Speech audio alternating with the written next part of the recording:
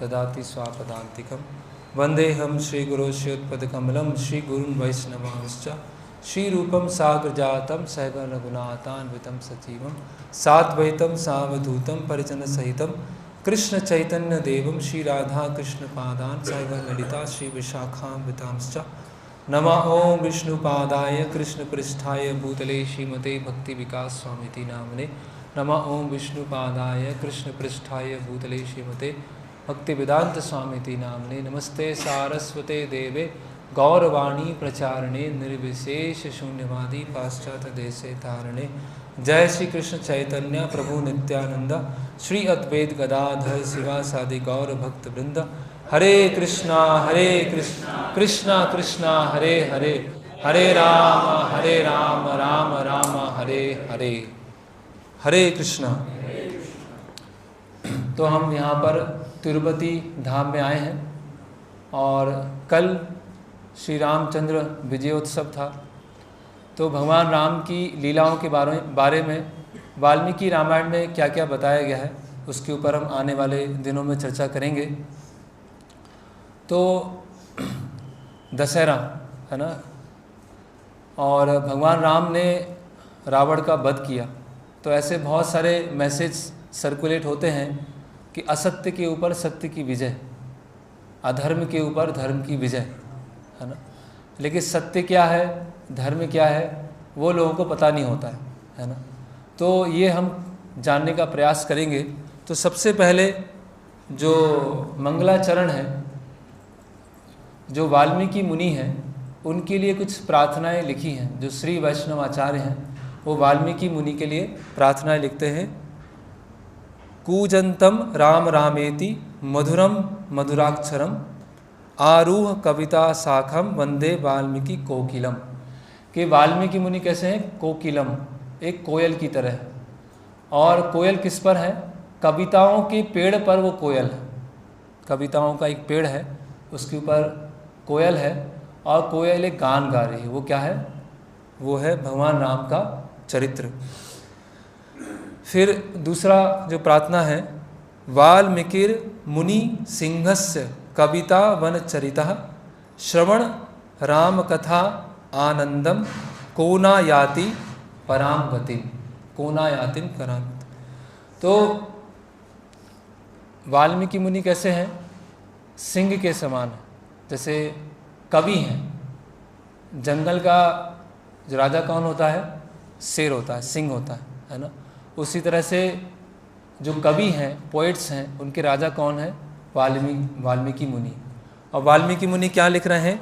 वाल्मीकिर मुनि सिंहस्य कविता वनचरिण श्रवण राम कथा आनंदेन। कि कौन ऐसा व्यक्ति नहीं होगा जो वाल्मीकि मुनि के द्वारा जो कथा बताई गई है, भगवान राम का चरित्र बताया गया है, उसको सुनकर आनंदित नहीं होगा। और कोना याति परम गतिम, किसको अपना परम गंतव्य, है ना, भगवान राम का प्रेम, सीता राम का प्रेम, उसको प्राप्त नहीं होगा। फिर बताया गया है कि वाल्मीकि मुनि के बारे में, या पिबान सततम राम चरिताम सागरम अतृप्तम मुनिम वंदे प्राचेतस माँ कलमशम। तो वाल्मीकि मुनि को प्रणाम है जो भगवान राम की कथा का गुणगान करने में कभी थकते नहीं हैं। जो भगवान राम की कथा का गुणगान करते जा रहे हैं और फिर भी क्या है? वो अतृप्त है, अभी तक तृप्त नहीं हुए हैं, है ना। तो 3 उपमाएं बताई गई हैं। पहला क्या है कि वो कोयल के समान है जो कि कविता रूपी एक पेड़ पर चढ़कर महाकाव्य, रामायण को क्या बताया गया है? महाकाव्य। और वाल्मीकि मुनि क्या है? आदि कवि, है ना। और दूसरी उपमा बताई गई है कि वो कवियों में क्या है? एक राजा के समान है, सिंह के समान, है ना। और जिनकी राम कथा सुनने से किसको परम गति प्राप्त नहीं होगी, किनको श्री श्री सीताराम उनके चरणों में प्रेम प्राप्त नहीं होगा। और तीसरा बताया गया है कि वाल्मीकि मुनि ऐसे हैं जो राम कथा बोलते बोलते तृप्त नहीं हुए हैं, संतुष्ट नहीं हुए हैं, हमेशा राम कथा बोलना चाहते हैं। उसके बाद आगे बताया गया है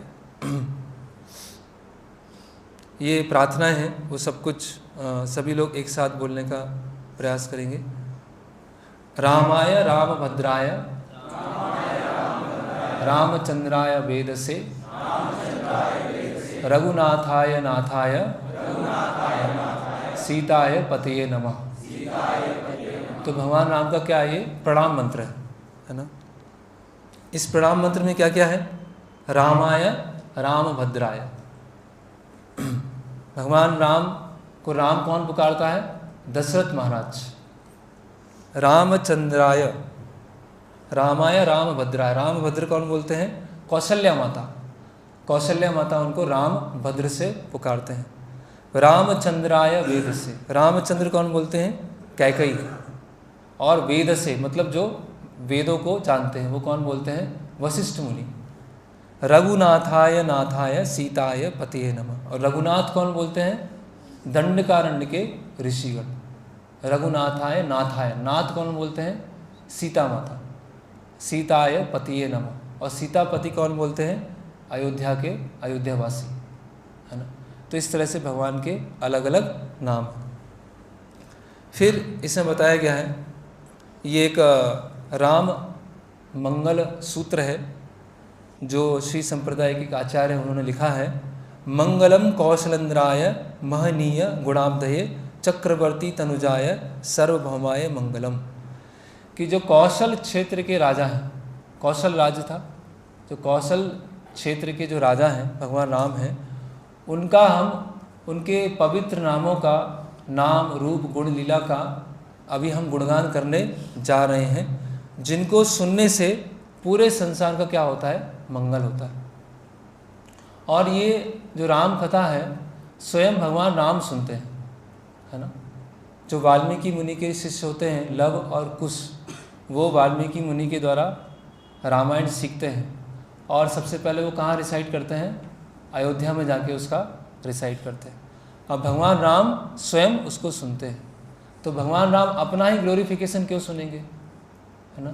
किसी के ऊपर कोई कविता लिखी है, किसी के गुणगान लिखा गया है और वो व्यक्ति बोलता है कि आओ मेरे सामने सुनाओ, मेरा गुणगान सुनाओ, तो कैसा लगेगा वो तो एक प्राइड, एक घमंड जैसा लगेगा, है ना।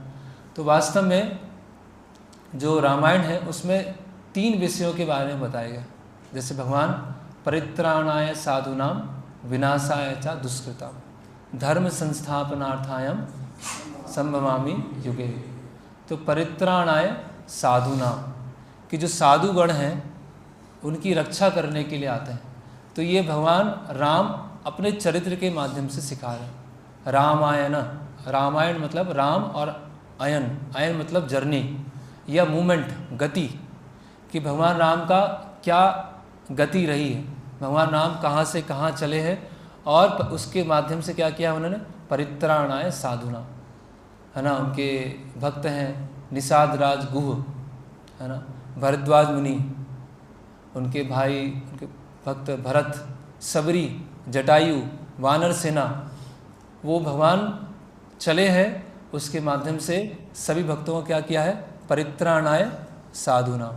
फिर विनाशायाम दुष्कृताम, तो दूसरा नाम है इस महाकाव्य का पौलत्सम वधम, कि जो पुलत्स ऋषि हैं उनके जो वंशज हैं, पुलत्स ऋषि के जो पुत्र हैं वो क्या है? विश्रवा।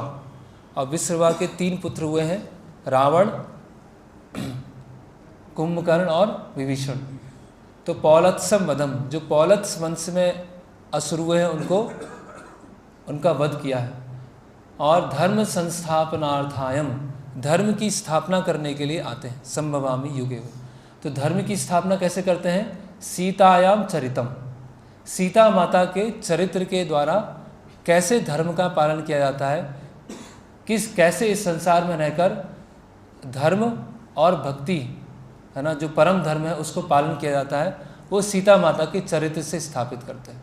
तो रामायणम, पौलत्सम वधम और सीतायाम चरितम, ये 3 नाम हैं इस महाकाव्य के, जिसके द्वारा वो भक्तों की सुरक्षा करते हैं, असुरों का विनाश करते हैं और धर्म की स्थापना करते हैं। तो इसीलिए भगवान राम लव कुश से रामायण सुनते हैं।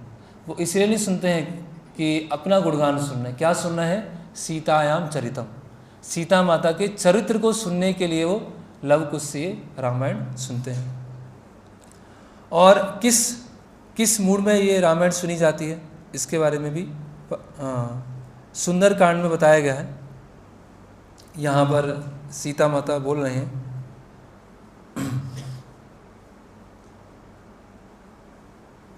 यानी रामस्य लिंगानि लक्ष्मणस्य च वानरः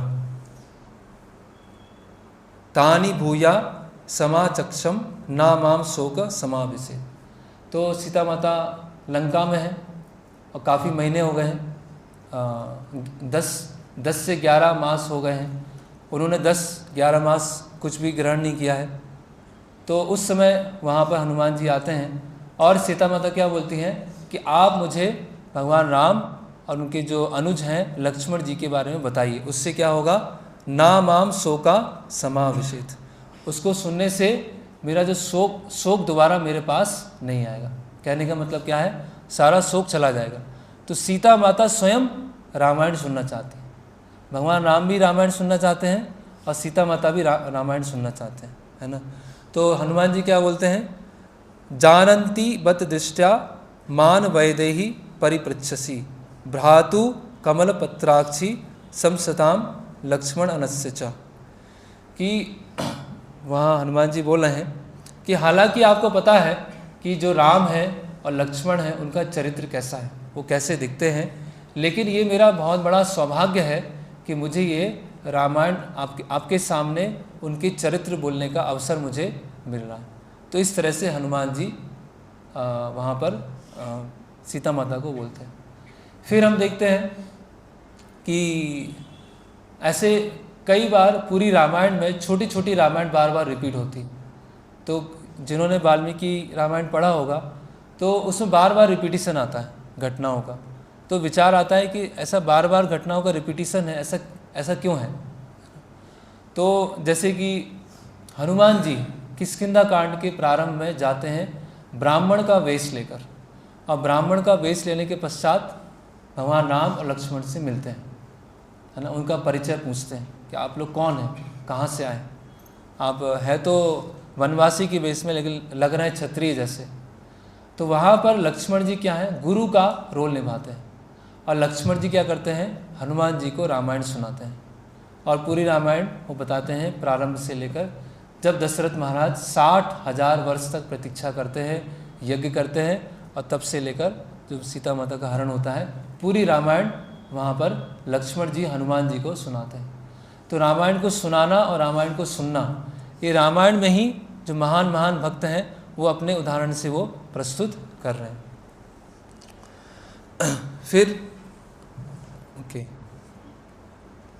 फिर हम देखते हैं, तो अभी आज हम मुख्यतः जो युद्ध हुआ है ना, भगवान राम और रावण के बीच में जो युद्ध है उसके ऊपर आज हम चर्चा करेंगे और क्या क्या शिक्षाएं हैं जिससे हम सीख सकते हैं। तो जो रामायण पढ़कर, रामायण की फलश्रुति भी आती है, अलग अलग जगह फलश्रुति आती है कि जो रामायण को पढ़ेगा उसका भगवान राम के प्रति प्रेम बढ़ेगा, है ना। और भगवत गीता भी, जैसे भगवत गीता है तो भगवत गीता के बारे में क्या बताया जाता है कि जैसे प्रभुपाद जी बोलते थे कि अगर आप भगवान को जानना है, अब how to know God and how to love him, ये है धर्म, कि भगवान को कैसे जाना जाए और भगवान से कैसे प्रेम किया जाए, है ना। तो भगवत गीता क्या है, भगवत गीता को पढ़ के क्या होगा, कृष्ण के प्रति प्रेम विकसित, है ना, विकसित हो सकता है अगर हम सही मनोवृत्ति में पढ़ते हैं। और भगवत गीता के अंदर क्या है, युद्ध है। तो युद्ध है और प्रेम है, ये दोनों साथ साथ चलते हैं, है ना। लव एंड वॉर, ये क्या होता है, दोनों साथ साथ। जहाँ पर प्रेम है वहाँ पर युद्ध होने वाला है, और जहाँ पर युद्ध चल रहा है उसके पीछे क्या है, प्रेम, है ना। इसीलिए क्या बोलते हैं, everything is fair in love and war, है ना, कि प्रेम और युद्ध में क्या है, सब कुछ जायज़, है ना। अभी वो एक अलग दृष्टिकोण से बोलते हैं। तो भगवान राम सीता माता से प्रेम करते हैं और रावण भी सो कॉल्ड प्रेम करना चाहता है, लेकिन रावण का क्या है, सीता माता के प्रति क्या है, लस्ट है, काम है। और लक्ष्मण जी क्या है, वो भी सीता माता से भगवान राम से प्रेम करते हैं, लेकिन उनका प्रेम कैसा है, सीता माता और भगवान राम की सेवा कैसे करना है, उनको साथ में कैसे रखना है, ये लक्ष्मण जी का प्रेम है। और रावण का सो कॉल्ड प्रेम क्या है कि अपहरण कर लेना, छीन लेना, है ना। तो जो प्रेम है और जो काम है वो दिखने में एक जैसे लग सकते हैं, है ना। तो प्रेम के कारण भी युद्ध होते हैं और काम के कारण भी युद्ध होते हैं, है ना। प्रेम के कारण भी होते हैं और काम के कारण भी होते हैं। तो प्रेम है और युद्ध है, वो देखने में अपोजिट लगते हैं ना, थोड़ा विपरीत लगता है। जहाँ प्रेम होगा वहाँ युद्ध नहीं होगा, और जहाँ पे युद्ध है वहाँ पे प्रेम नहीं होगा, दोनों अपोजिट हैं। लेकिन प्रेम और युद्ध में देखा जाए तो व्यक्ति भावनात्मक रूप से बहुत उच्च स्तर पर होता है। जब किसी से प्रेम होता है तो उसकी भावनाएं क्या हो जाती है, एकदम बहुत उच्च स्तर पर चली जाती है। और जब युद्ध करता है तो युद्ध में भी क्या होता है, युद्ध का जब एक स्तर आता है, व्यक्ति बुद्धि से काम लेता है, लेकिन उसके जो भावनाएं होती हैं, इमोशंस होते हैं, वो उसके ऊपर बहुत हावी हो जाते हैं। और प्रेम और युद्ध किसी व्यक्ति के अंदर सबसे अच्छा जो गुण है वो प्रकट कर सकता है, और उसके अंदर सबसे बड़ी जो फॉल्ट है वो भी उसको दिखा सकता है ना। व्यक्ति झगड़ेगा कब, जब झगड़ता है तो अवगुण नहीं दिखेंगे, उससे पहले अवगुण नहीं दिखेंगे, लेकिन जब युद्ध करना चालू करेगा तो लड़ेगा तो क्या होगा, उसके अंदर जो अवगुण है वो दिखना चालू होंगे। तो युद्ध करते समय उस व्यक्ति का सबसे जो बेस्ट है वो भी निकल के आएगा, अगर वो सही मनोवृत्ति में है, और उसका जो सबसे वर्स्ट है, सबसे जो बैड कैरेक्टर है, वो भी युद्ध के समय निकल के आएगा, लड़ाई के समय निकल के आएगा, है ना। उसी तरह से प्रेम में है, अगर वास्तव में प्रेम है, भगवान के प्रति है और भगवान से संबंधित भक्तों के प्रति है, तो वो सबसे अच्छा गुण निकल के आएगा। लेकिन अगर काम है, काम वासना है, तो उसका जो सबसे बड़ा दुर्गुण है, वो जो कहीं छुपा है, वो निकल के आ जाएगा उसका, है ना। और प्रेम और युद्ध में क्या होता है, व्यक्ति भूल भी जाता है ना, अपने आप को ही भूल जाता है। जब युद्ध होता है तो उसको याद नहीं रहता वो क्या चल रहा है, उसको क्या होता है, युद्ध लड़ना है। और जब प्रेम होता है तो प्रेम में भी क्या हो जाता है, अपने आप को भूल जाता है। तो जो बड़े बड़े युद्ध हुए हैं वो कहीं ना कहीं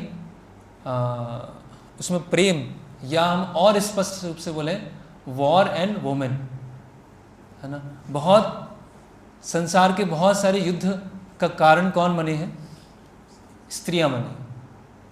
अभी हम रामायण देखें तो रामायण का जो युद्ध का जो मुख्य कारण है, सेंट्रल पॉइंट है, वो क्या है, सीता अपहरण, है ना। तो रावण की जो लस्ट है उसको किसने उकसाया, शूर्पणखा ने उकसाया, और उकसाने के बाद क्या हुआ, वो फिर रावण की इंटेलिजेंस क्या हो गई, वो चली गई, और इंटेलिजेंस जाने के पश्चात उसने किसी की भी सुनना बंद कर दिया। तो पूरा युद्ध किस लिए हुआ, रावण की तरफ से क्या है, उसकी लस्ट है, और भगवान राम की तरफ से क्या है, उनके वंश का मान है ना। उनकी जो पत्नी है उनकी सुरक्षा वो आ गई, दांव पर आ गई, है ना।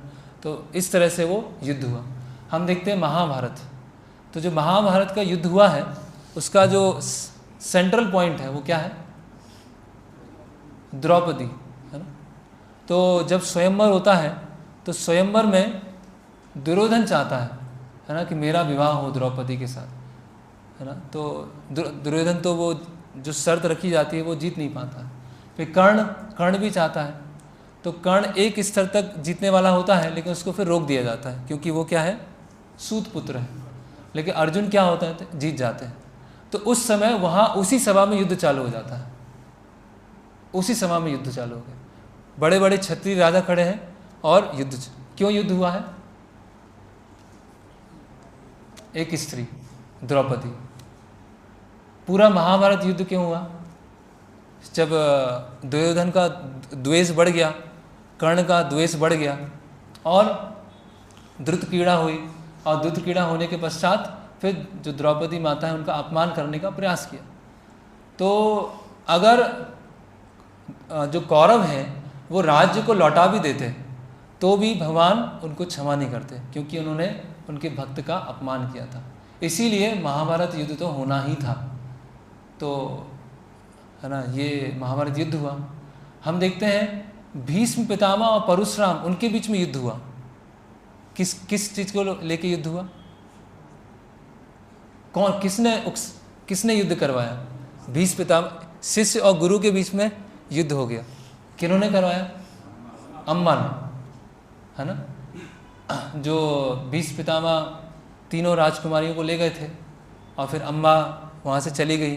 फिर जिस राजा के पास में गई वो राजा ने ही मना कर दिया, तो अम्मा फिर अल्टीमेटली कहाँ जाती हैं? परशुराम जी के पास में जाती है। तो और फिर बहुत घमासान युद्ध होता है। फिर हम देखते हैं रुक्मणी हरण के समय क्या होता है? रुक्मणी जी पत्र लिखती हैं भगवान कृष्ण के लिए। ब्राह्मण पत्र लेके जाता है और ब्राह्मण पढ़ता है और भगवान कृष्ण आते हैं क्या करने? हरण करने। और जैसे ही हरण करते हैं उसके बाद क्या होता है? युद्ध होता है ना। और युद्ध किसके बीच में होता है? वहाँ पे बलराम जी आते हैं, यहाँ पे शिशुपाल हैं, जरासंध हैं और रुक्मी हैं, है ना। सब अलग अलग यहाँ पर योद्धा हैं और यहाँ पर जो यादव सेना है और बलराम जी हैं वो हैं, उनके बीच में युद्ध हो रहा है। जब बलराम जी सोचते हैं कि दुर्योधन का विवाह किसके साथ में होगा? सुभद्रा उनके साथ में होगा, तो भगवान कृष्ण क्या करते हैं? ट्रिक से क्या कर देते हैं? अर्जुन सुभद्रा माता का अपहरण करके ले जाते हैं। उसके बाद क्या होता है? युद्ध होता है ना। तो प्रभुपाद जी के एक शिष्य हैं, वो भक्ति चारू महाराज, वो बताते हैं कि जो बहुत सारे इन्वेडर्स को क्या बोलेंगे?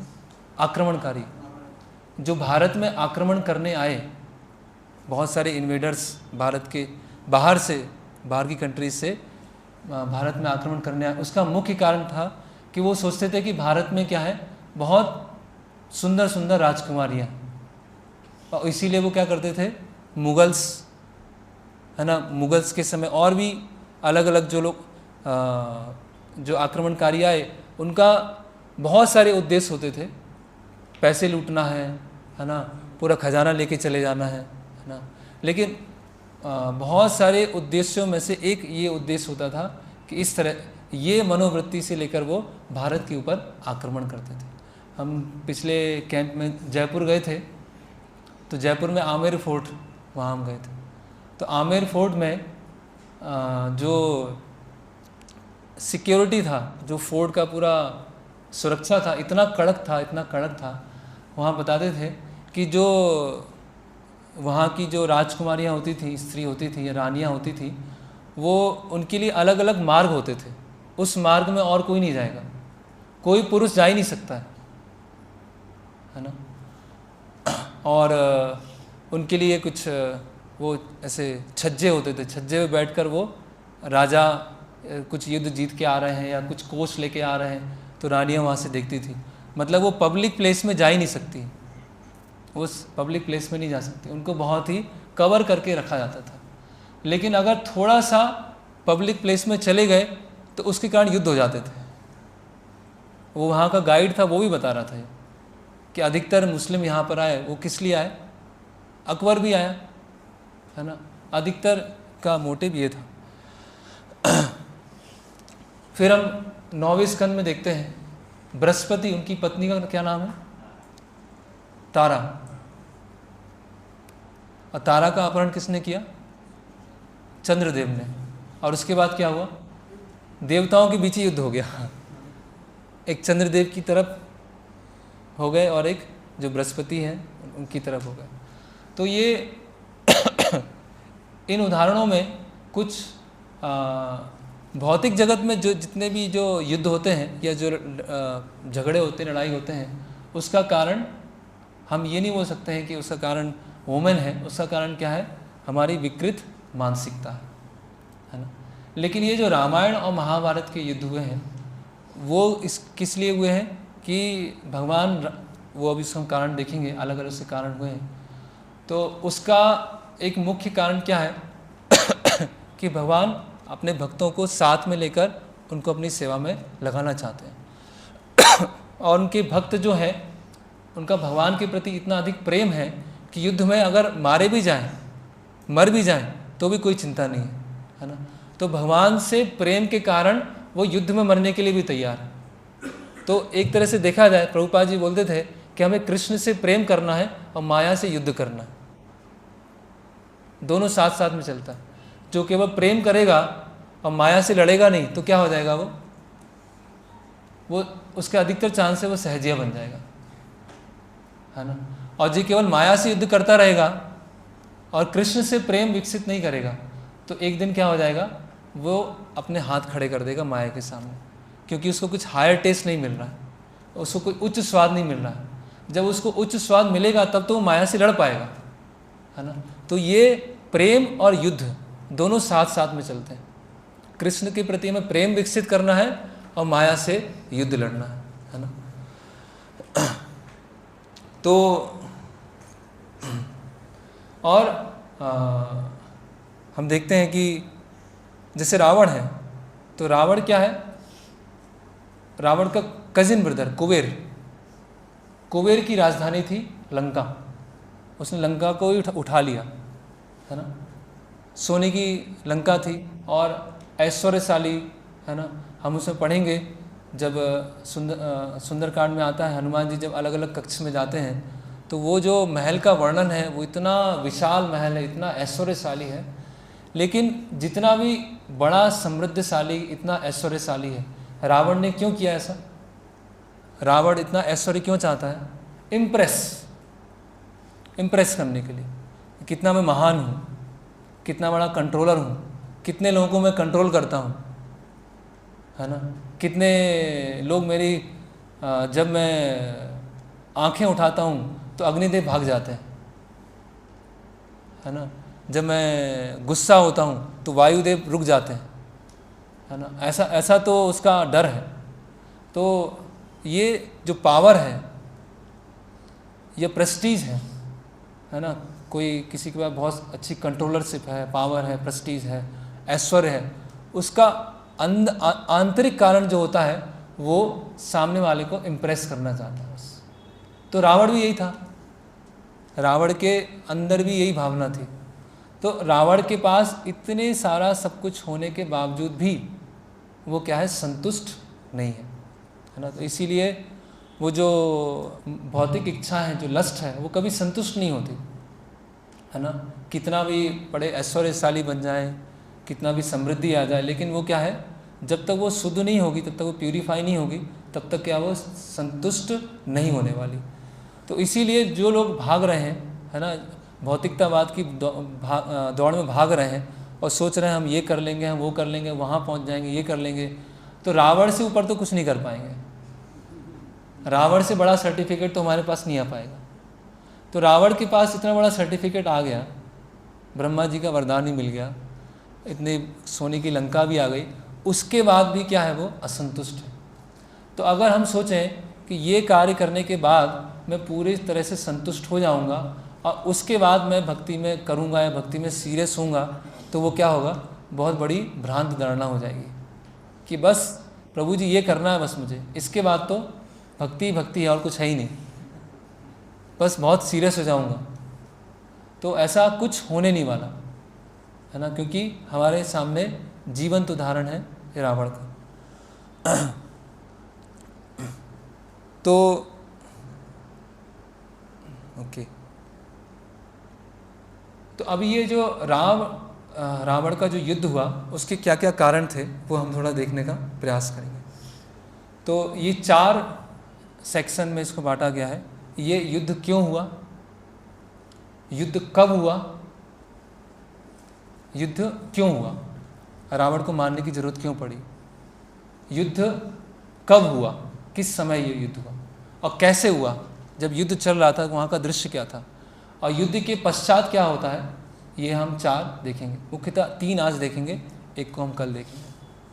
तो क्यों रावण को मारने की आवश्यकता पड़ी? तो कुछ लोग बोलते हैं कि रावण तो बहुत बड़ा ज्ञानी था, है ना, रावण तो बहुत बड़ा पंडित था, बहुत बड़ा ब्राह्मण था, है ना, सबने उसका ज्ञान नहीं देखा, केवल अभिमान देखा। एक सीरियल भी आया था बहुत समय पहले रावण करके, कि किसी ने ज्ञान नहीं देखा, सबने क्या, अभिमान देखा। तो रावण तो उस वेदों की स्तुतियाँ आती थी, उसको सामवेद पूरा रटा हुआ था। हमें भगवद गीता के 10 श्लोक याद करने मुश्किल हो जाएगा, उसको सामवेद रटा हुआ है। शिव जी का इतना बड़ा भक्त था वो, शिव जी का। और उसके जो पिता कौन थे, विश्रवा, उनके पिता पौलत्स, और पौलत्स के पिता कौन है, ब्रह्मा जी। तो ब्रह्मा जी की 3rd जनरेशन में रावण आता था। तो ब्रह्मा जी की 3rd जनरेशन में अगर कोई आएगा तो हम समझ सकते हैं कि कुछ तो उसने किया होगा, तब तो वो इतना। हालांकि ब्रह्मा जी की छाया से, प्रतिबिंब से बहुत सारे असुर भी जन्म लिए हैं। तो लोग बोलते हैं तो क्या रावण सही में ज्ञानी था, है ना? तो उसके लिए थोड़ा हम देखते हैं। तो सबसे पहले लोग बोलते हैं कि बहुत बड़ा शिव भक्त था। तो वास्तव में रावण शिव भक्त था?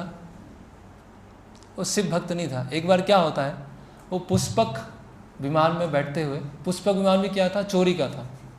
अधिकतर चीज़ तो चोरी की नहीं है ना। तो पुष्पक विमान लेके कैलाश पर्वत के पास से वो निकलना था। तो वहाँ पर अहंकार इतना है कि हर चीज़ क्या है, उसको वो छोटा गिन रहा है। तो वो कैलाश पर्वत पे आता है और वहाँ पर नंदी जो थे, शिव जी के जो वाहन थे, वो नंदी का उपहास करने लगता है ना। और नंदी का जैसे ही उपहास करता है तो नंदी बोलते हैं कि तुमने जो उपहास किया है उसकी वजह से आगे चल के वानर आएंगे और वानर सेना ही तुमको क्या करेगी, नष्ट करेगी। तो नंदी का श्राप था। तो अगर वो शिव भक्त है, वास्तव में शिव भक्त है, तो दूसरे शिव भक्त का क्यों वो मजाक उड़ाएगा, क्यों वो इस तरह से व्यवहार करेगा, है ना, अगर वो वास्तव में शिव भक्त है। और फिर वो क्या करता है कि ऐसे खेल खेल में कैलाश पर्वत को उठा लेता है। और कैलाश पर्वत को उठाने के बाद क्या होता है, ऐसे कुछ कार्य करता है। तो शिव जी क्या करते हैं, अपना अंगूठा दबाते हैं, और अंगूठा दबाने से क्या होता है, वो कैलाश पर्वत, उसके जो बाहु होती है, हाथ में, जैसे किसी के ऊपर भारी पत्थर है और हाथ उससे दबा हुआ, तो क्या होगी उसकी स्थिति, चिल्लाएगा ना, वो जोरों से चिल्लाएगा। तो पूरा कैलाश पर्वत क्या हो गया, रावण के हाथ पर आ गया। तो वो मतलब इतना उसको दर्द हुआ कि सामवेद का उच्चारण करना चालू कर दिया उसने। अभी लोग सोचते हैं कि सामवेद का उच्चारण कर रहा है, किस लिए कर रहा है, शिव जी की स्तुति कर रहा है। लेकिन वो शिव जी की स्तुति नहीं कर रहा है, वो क्या कर रहा है, मुझे यहाँ से निकालो, मुझे बचाओ। तो फिर उसको ऐसे 1000 साल तक उसने सामवेद का स्तुति किया। और उसके पश्चात क्या हुआ कि शिव जी ने उसे फिर वहाँ से निकाला। तो ऐसे शिव भक्त नहीं था। और उसको यहाँ बताया गया है कि जैसे एक बीच में बहुत एक फेमस डायलॉग आया था कि मुझे राम जैसा पति नहीं चाहिए, रावण जैसा भाई चाहिए, है ना। मुझे राम जैसा पति नहीं चाहिए, रावण जैसा भाई। तो रावण जैसे भाई ने क्या किया था, जो शूर्पणखा थी उसका पति कौन थे, विद्वजीत। तो रावण क्या निकला था, सब जगह पर वो विजय यात्रा पर निकला था, सबको मारता जा रहा था। तो शूर्पणखा का जो पति था उसको भी रावण ने मार दिया। तो ऐसे तो भाई हैं। क्यों है, क्योंकि विरोध कर रहे हैं, है ना। तो ऐसा नहीं कि वो शूर्पणखा का बदला लेने के लिए सीता माता का अपहरण किया। वो तो उसका खुद का क्या था, लस्ट था, इसके लिए वहाँ पर जाता। उसके बाद तो नंदी का श्राप था। फिर जो कौन, कुबेर की पत्नी, कुबेर की पत्नी रंभा, अप्सरा, हाँ। तो कुबेर कौन है? कुबेर रावण का एक तरह से भाई है, कजिन ब्रदर है ना। और कुबेर की पत्नी कौन है? रंभा, है ना। तो रावण ने भी क्या है, रंभा के साथ जबरदस्ती करने का प्रयास किया। तो रंभा ने उसको श्राप दिया। क्या श्राप दिया? कि अगर किसी स्त्री के साथ दोबारा ऐसा किया कार्य तो सिर क्या हो जाएगा, 7 टुकड़ों में टूट जाएगा। ये दूसरा श्राप था। ऐसा क्या चरित्रवान था रावण, है ना। फिर पुंजक स्थली, एक अप्सरा थी, तो पुंजक स्थली के साथ भी इस तरह से दुर्व्यवहार करने का रावण ने प्रयास किया। तो ब्रह्मा जी ने श्राप दिया कि अगर दोबारा इस तरह से कार्य किया तो तुम्हारा सिर है 1000 टुकड़ों में टूट जाएगा। तो नंदी का श्राप, है ना, गिनते जाइए कितने श्राप हैं। फिर पुंजक स्थली, फिर रंभा का श्राप, उसके बाद वेदवती, है ना। वेदवती के साथ भी इसी तरह से कार्य करने का प्रयास किया। तो वेदवती क्या बोलती हैं कि जब अगला मेरा जन्म होगा तो मैं एक किसी राजा का जन्म लूँगी और तुम्हारे मृत्यु का कारण बनूँगी। तो वेदवती कौन है? छाया सीता भी बोलते हैं, और सीता माता का क्या है, एक्सपांसन है, उनका विस्तार है। तो वेदवती का श्राप था। उसके बाद भगवान राम के जो पूर्वज थे, जिनका एक नाम था आरण्य, तो आरण्य नाम के राजा थे। उन्होंने भी रावण को श्राप दिया था कि मेरा एक वंशज आएगा, वो तुम्हें मारेगा। इसके बाद बहुत सारी स्वर्ग की स्त्रियां थीं, बहुत सारी राजाओं की पत्नियां थीं, राजकुमारियां थीं, उनका भी अपहरण रावण ने किया था। और उन्होंने भी उनको श्राप दिया था कि इस तरह से एक स्त्री तुम्हारे मृत्यु का कारण बनेगी, है ना। तो 6-7 श्राप हो गए हैं। तो वेदों का ज्ञाता बोलेंगे उसे, वेदस्य सर्वेर अहम एव वेद्यो, वो वास्तव में वेदों का ज्ञाता है ना। और वो क्या कर रहा है, रावण क्या कर रहा है, ये सब अलग अलग तरह का अर्थ है। चोरी कर रहा है, मतलब जो व्यक्ति आज जो चोर डकैत या गैंगस्टर ये सब करना चाहते हैं, वो रावण उसकी क्लाइमैक्स पे था। रावण सबसे उनका आइडियल है वो, है ना। उसको देख के लोग, ऐसे लोग सीखेंगे। उसका क्या हाल हुआ वो अभी हम देखेंगे। तो ऐसा बोलना कि रावण बहुत चरित्रवान था, बहुत ब्राह्मण था, वो ब्रह्मबंधु था। जैसे अश्वत्थामा कौन था? हालांकि द्रोणाचार्य के पुत्र हैं, लेकिन कौन है? ब्रह्मबंधु। अब भगवान कृष्ण ने भी अनुमति दिया कि अश्वत्थामा को मारो, लेकिन वहाँ पर द्रौपदी उन्होंने मना कर दिया कि ब्राह्मण पुत्र है तो आप क्या करो, केवल मणि निकाल दो और उसको कुछ नहीं करो।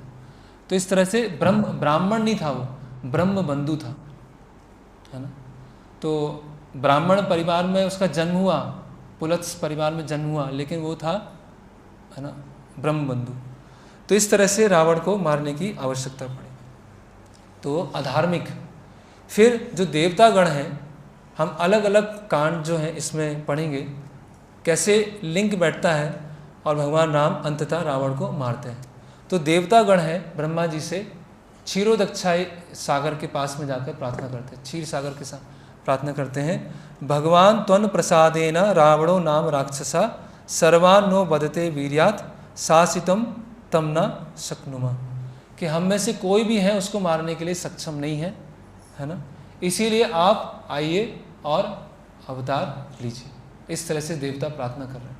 तो कुछ लोग ऐसा बोलते हैं कि जो वाल्मीकि रामायण है उसमें तो राम को एक साधारण पुरुष के रूप में दिखाया गया, वो तो आगे आने वाले लोगों ने उनको भगवान बना दिया, है ना। ऐसे बहुत सारे स्कॉलर्स हैं, वो इस तरह से ही वर्णन करते हैं कि राम तो साधारण व्यक्ति हैं, महापुरुष थे, एक उन्होंने एक्स्ट्रा ऑर्डिनरी कार्य किया, लेकिन भगवान थोड़ी हैं, भगवान तो बाद में आने वाले लोगों ने बना दिया। तो ये बाल कांड का 15वां अध्याय है, उसमें देवतागण बोल रहे हैं भगवान विष्णु से कि हम में से कोई यहाँ पे सक्षम नहीं है रावण को मारने के लिए, इसीलिए आप स्वयं अवतार लीजिए। किस रूप में? सर्वम तस्य क्षमा, वो बता रहे हैं कि मनुष्य रूप में आप अवतार लीजिए, मनुष्य के रूप में। तो देवतागण प्रार्थना करें, तो कितना क्लियर कट है कि भगवान राम कोई साधारण व्यक्ति नहीं है, ये महापुरुष नहीं है। वो कौन है? स्वयं पूर्ण पुरुषोत्तम भगवान। फिर यहाँ बता रहे हैं तत्र त्वम मानुषो भूत्वा प्रबद्धम लोको कांतकम, तत्व त्वम मानुषो रूपा, मनुष्य रूप में आप आइए, है ना। तो भगवान विष्णु क्या बोलते हैं? भयम तजेत भद्रम वो, कि भय को त्याग दो आप, भद्रम वो, आपके ऊपर क्या हो? ऑस्पिशियसनेस, सब शुभ हो आपके ऊपर। हितार्थम युधि रावणा, और आप सबके युद्ध के लिए, आप सबके हित के लिए मैं रावण से युद्ध करूंगा, ऐसे भगवान विष्णु कह रहे हैं। सा पुत्रम पौत्रम सा आमत्यम चा मित्रम ज्ञाति बांधवा, कि उसके पुत्र, उसके पौत्र, उसके बंधु, उसके अनुचर, सबका मैं वध कर दूंगा, ऐसे भगवान विष्णु बता रहे हैं। 10 वर्षम सहस्त्रानि 10 वर्ष शतानि च, और 11,000 साल तक मैं राज्य करूंगा। 10 वर्ष सहस्त्राणी 10 वर्ष शतानि च, तो भगवान ने 11,000 वर्ष तक राज्य किया था, है ना। वत्स्यामि मानुषम लोके पालयम पृथ्वीम इमाम, तो इस तरह से भगवान विष्णु इसको डिक्लेयर कर रहे हैं कि मैं खुद मनुष्य रूप में आऊँगा, 11,000 साल तक वहाँ पर राज्य करूँगा और रावण के सारे वंश को मार दूँगा। फिर हम देखते हैं अभी रावण को मारेंगे कैसे। तो इसके लिए क्या करना होगा? एक कुछ ऐसी लीला करना होगा जिससे भगवान अपने भक्तों से आदान प्रदान भी कर सके और रावण को मारने के लिए भी तैयार हो। तो जब भगवान राम वनवास जाने के लिए तैयार होते हैं तो उस समय जो लक्ष्मण जी हैं बहुत क्रोध में आ जाते हैं। लक्ष्मण जी बोलते हैं कि ये वचन, जो भी वचन हुआ उसको आप साइड में रखिए, अभी मैं सबको मार के जाता हूँ, बात खत्म कर देता हूँ और आपको राजा, आप राजा बन जाएंगे, निष्कंटक राजा बन जाएंगे। ये वचन क्या है? जिसको ऑलरेडी राज्य मिल गया है, तो वचन, ये तो एक जो स्त्री हैं, है ना, उनके कारण एक राजा ने अपना वचन बदल दिया, ऐसा थोड़ी होता है। तो भगवान राम क्या बोलते हैं? मम त्वा अभिप्राय, कि आप मेरे अभिप्राय को समझ नहीं रहे। ये भगवान राम बीच बीच में हिंट देते हैं कि क्यों रावण को मारना आवश्यक है। मम त्वाभिप्राय, कि आप मेरे अभिप्राय को समझो कि ये कितना जरूरी है वनवास, इस तरह से बोलते हैं। और अभी वनवास होगा, है ना, फिर आगे क्या होता है कि सीता माता उनको बार बार बोलते हैं कि मुझे आप वनवास ले चलो। तो भगवान राम बोलते हैं कि आप, है ना, कभी राज्य का जो सुख था, है ना, उससे कभी आप बाहर गए नहीं हैं, आप जंगल कैसे जा पाएंगे। ऐसे अलग अलग तरह के आर्गुमेंट भगवान देते हैं और अंततः वो तैयार हो जाते हैं। तो भगवान क्या बोलते हैं कि मेरी ऐसी योजना है, यत सष्टाम आसी मया सार्धम वनवास्य मैथिली। हे सीता, कि तुम मेरे साथ वनवास में साथ रहने के लिए ही बनी हो। ये मैं अलग अलग जो आर्ग्यूमेंट दे रहा था वो अलग चीज़ है, तुम्हें साथ में चलना होगा क्योंकि मेरा एक अभिप्राय है, उसको पूरा करने में तुम मेरा साथ दोगे। तो इस तरह से भगवान सीता माता को भी फिर अपने साथ ले जाने के लिए राजी होते हैं। तो बाल कांड में ये आया और अयोध्या कांड में इस तरह से भगवान ने बताया। उसके बाद में आता है अरण्य कांड। अरण्य कांड में क्या बताते हैं? तो अरण्य कांड में क्या होता है कि भगवान राम जो दंडकारण्य के ऋषि हैं उनको आश्वासन देते हैं कि अभी आप निर्भय, है ना, बिना डर के जंगल में रहिए और जितने भी राक्षस हैं उन सबको मैं मार दूंगा। जितने भी यहाँ राक्षस हैं कोई यहाँ बचेंगे नहीं। तो राक्षसों को जब मारना चालू करते हैं तो सीता माता प्रेमवश भगवान राम को क्या देती है? एक चेतावनी देती है। क्या चेतावनी देती है? कि एक व्यक्ति को 3 चीज़ें कभी नहीं करना चाहिए। क्या क्या 3 चीज़ें नहीं करना चाहिए? कभी असत्य नहीं बोलना चाहिए, कभी झूठ नहीं बोलना चाहिए, है ना। कभी जो पर स्त्री है उनके प्रति काम वासना नहीं होना चाहिए, और बिना वैरम चा रौद्रता, बिना शत्रुता से के किसी से लड़ना नहीं चाहिए। तो 3 बातें सीता माता वहाँ बताते हैं। क्या क्या? पहला क्या है? कभी असत्य, कभी झूठ नहीं बोलना चाहिए। दूसरा, पराय जो स्त्री है पर गलत दृष्टि नहीं होना चाहिए। तो सीता माता बोलते हैं आपने कभी झूठ बोला ही नहीं है, आज तक कभी नहीं बोला, है ना। सत्य, हमेशा सत्य के ही साथ में रहे, हमेशा आपने सत्य बोला, कभी झूठ बोला ही नहीं है। तो ऐसा तो कभी हो ही नहीं सकता कि आप असत्य बोलेंगे। फिर जो दूसरा है, सीता माता बोलती है आप मुझसे इतना प्रेम करते हैं, इतना प्रेम करते हैं कि वो तो मन में कभी आ ही नहीं सकता है किसी अन्य स्त्री के प्रति, तो ये भी नहीं हो सकता है। लेकिन बिना वैर के किसी से झगड़ा मोल लेना, ये आपको नहीं करना चाहिए। तो इससे सीता माता हिंट देते हैं कि अगर रावण को मारना है तो रावण से जब तक शत्रुता नहीं होगी और उसको आप मारेंगे तो क्या हो जाएगा, वो गलत गिना जाएगा। बिना शत्रुता के अगर रावण को मारेंगे तो वो क्या होगा, गलत होगा। इसीलिए शत्रुता कैसे उत्पन्न होगी? अपहरण से शत्रुता होगी, अपहरण से। तो इसीलिए सीता माता हिंट, ऐसे संकेत देते हैं कि अभी वो समय आ चुका है ना। तो जब इसको हम आगे भी चर्चा करेंगे, अभी केवल शॉर्ट में है। तो मारीच जो होता है वो सोने का हिरण बन के आता है। तो कुछ कथाकार क्या बोलते हैं, कुछ कमेंटेटर ऐसे बोलते हैं कि सीता माता उस हिरण से आकर्षित हो गई, उस हिरण से आकर्षित हो गई, है ना। और वो उदाहरण देते हैं कि जब जीव होता है इस भौतिक जगत से आकर्षित हो जाता है तो भगवान उसको छोड़ के चले जाते हैं, और फिर जो जीव का अपहरण हो जाता है, और रावण क्या है, वो लस्ट पर्सोनिफाइड, ऐसे बताते हैं। ये पूरी तरह से गलत नहीं है, लेकिन ये सही व्याख्या नहीं है कि सीता माता उस हिरण से आकर्षित हो गई, ऐसा नहीं है। वहाँ क्या बोल रही है सीता माता, आर्यपुत्रो अभिरामो आसो मृगो हरंती में मना। बता रहे हैं कि आर्यपुत्र, भगवान राम को बोल रहे हैं आर्यपुत्र, कि ये इस हिरण ने मेरा मन बोल हरंती में मना, हर लिया है। इसको हम अपने अन्याम इमम महाभावो क्रीड़ार्थम, इसको हम अपने एक खेल की तरह उपयोग करेंगे, इसको हम यूज करेंगे अपने पास टाइम्स को आगे बढ़ाने के लिए। ये सब बहुत महत्वपूर्ण है, वाल्मीकि रामायण में आता है। क्रीड़ार्थम, क्रीड़ा के अर्थ के लिए, कि इस जो स्वर्ण मृग है उसका उपयोग करके अभी हम क्या करेंगे, रावण को मारेंगे। तो ऐसा नहीं हुआ है कि वो विमोहित हो गई और भगवान राम वहाँ से चले गए। ये दोनों का आपस में क्या है, आपस में बातचीत है, और फिर उन्होंने मारीच को उपयोग किया। कई लोग बोलते हैं ना कि हम परिस्थितियों के बस में ऐसे हो गए, लेकिन भगवान राम और सीता माता के हाथ में परिस्थितियाँ हैं, वो किसी परिस्थिति के बस में नहीं आए कि परिस्थिति में बस में जाके वो अपहरण हो गया और भगवान राम विलाप कर रहे हैं।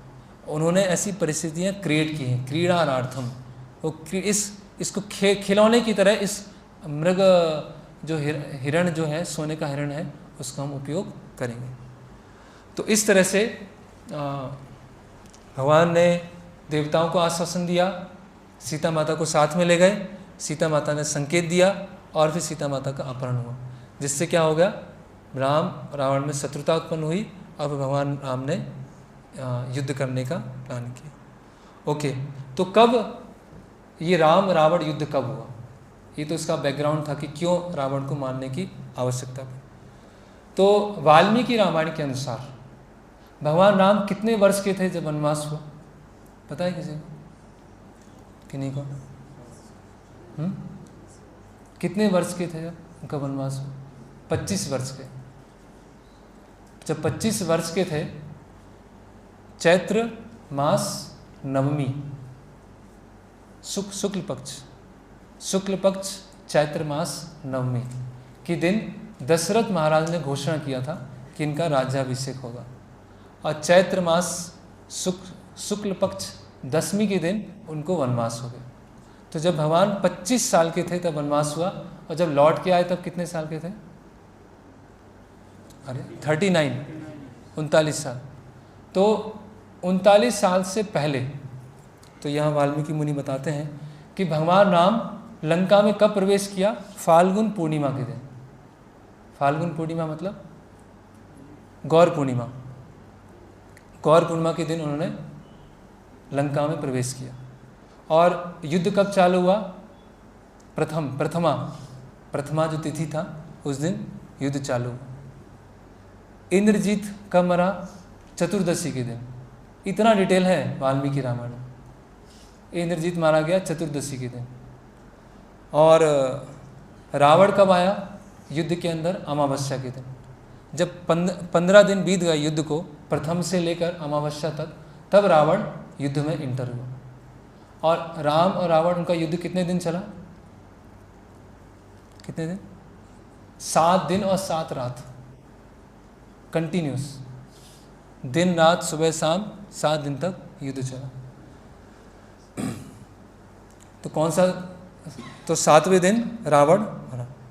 फिर जब भगवान राम का 39th अपीयरेंस डे था, उस दिन भगवान राम कहाँ थे? भरद्वाज मुनि के आश्रम में। और उसके नेक्स्ट दिन कहाँ थे? नंदीग्राम, भरत जी से मिलने के लिए। तो भरत जी ने क्या कहा था कि 14 वर्ष में एक दिन भी आगे नहीं होना चाहिए। अगर एक दिन भी अधिक हुआ 14 वर्ष में तो मैं प्राण त्याग दूंगा। तो इस तरह से भगवान भरत जी से मिले। तो ये वाल्मीकि रामायण के अनुसार ये गणना है। फिर पद्म पुराण में बताया गया है, पद्म पुराण में थोड़ा सा अलग बताया गया है। पद्म पुराण में बताया गया है कि चैत्र मास की अमावस्या को रावण को मारा गया, और द्वितीया, वैशाख द्वितीया को विभीषण का राज्याभिषेक हुआ। तृतीया के दिन भगवान राम और सीता माता आपस में मिले, और पंचमी के दिन भरद्वाज मुनि के आश्रम में थे।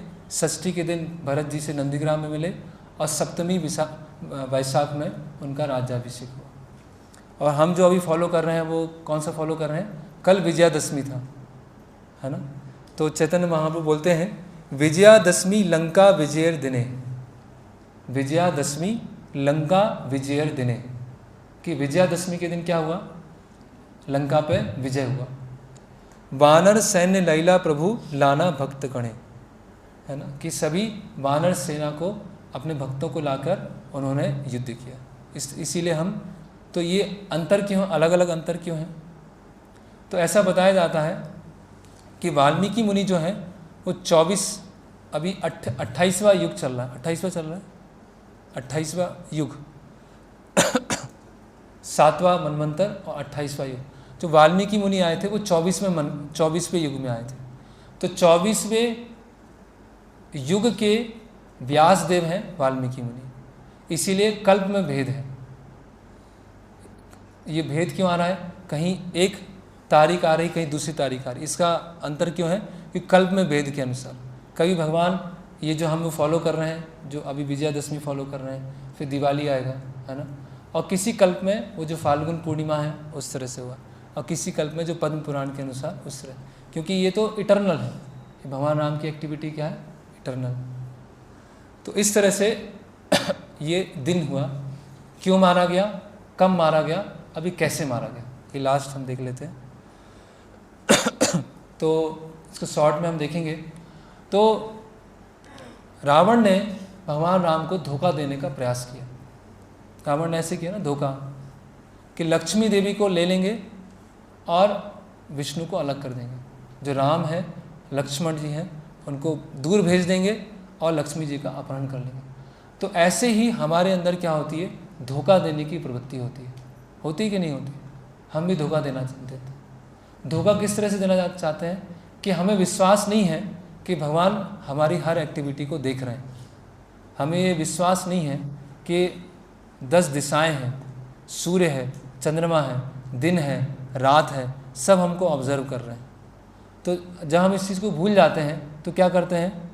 अपनी गलतियों को छुपाने का प्रयास करते हैं या किसी को धोखा देने का हम प्रयास करते हैं।